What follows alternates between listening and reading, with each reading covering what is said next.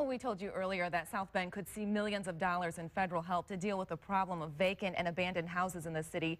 South Bend Mayor Pete Buttigieg joins us this morning. Good morning. Morning.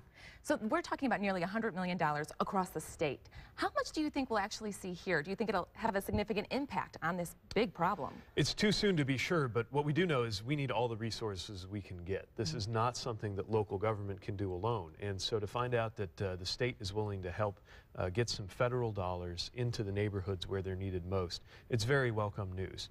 Now, it sounds like there are a lot of requirements. There are some hoops you got to go through in order to make it work.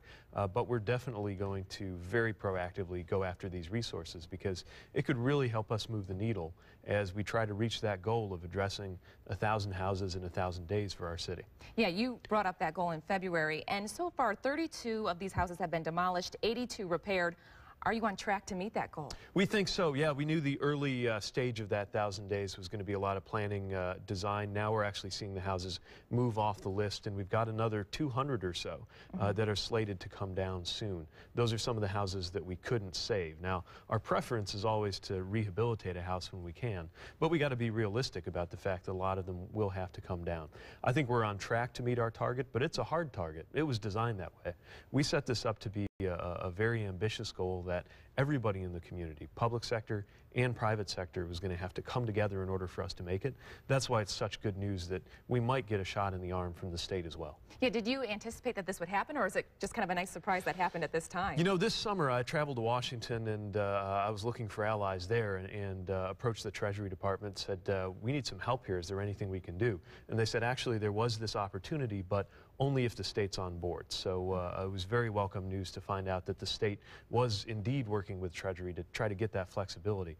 Because again, this is one of those all hands on deck things. You know, this problem is decades in the making. Took a lot of people to make the problem. It's going to take a lot of people to fix it.